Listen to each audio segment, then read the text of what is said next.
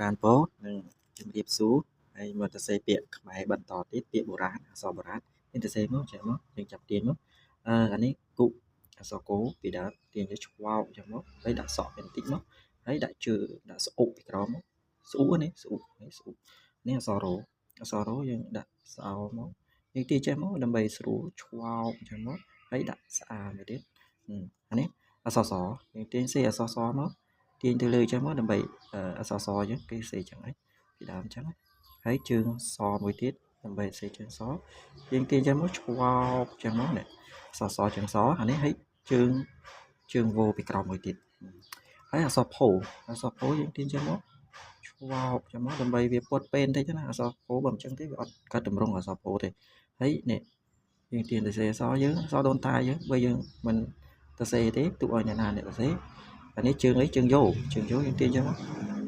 យោហើយអានេះដាក់ចឹងមកទាញឆ្វោកចឹងមកទាញត្រង់ណាត្រង់ចឹងអក្សរផូអក្សរកចង្តហើយយើងសេអក្សរផូមួយទៀតអក្សរផូទាញទៅឆ្វោកមកនេះហើយអក្សរគោនេះអក្សរគោមកអក្សរគោយើងទាញចេះហើយឆ្វោកមកចាប់ចេះឆ្វោកមកដាក់ស្អេកពីលើខ្វាត់មកស្អេកជួនកាលវាប្រែប្រួលมันអាចតានេះមួយទេណាភាគីនឹងអក្សរណូមកសេចេះមកអក្សរណូនេះសេចេះហើយដាក់ស្អេកពីលើដាក់អានេះពីលើនេះបានន័យស្អឹកនេះអក្សរម៉ូមួយទៀតនេះអក្សរម៉ូទៅសេបានល្អយ៉ាងណាក៏សូមកុំប្រកាន់អីនេះហើយនេះអានេះអក្សររោដាក់ស្អាណានេះរោដាក់ស្អាអក្សររោដាក់ស្អាហើយដាក់ស្អេសមួយទៀតដឹង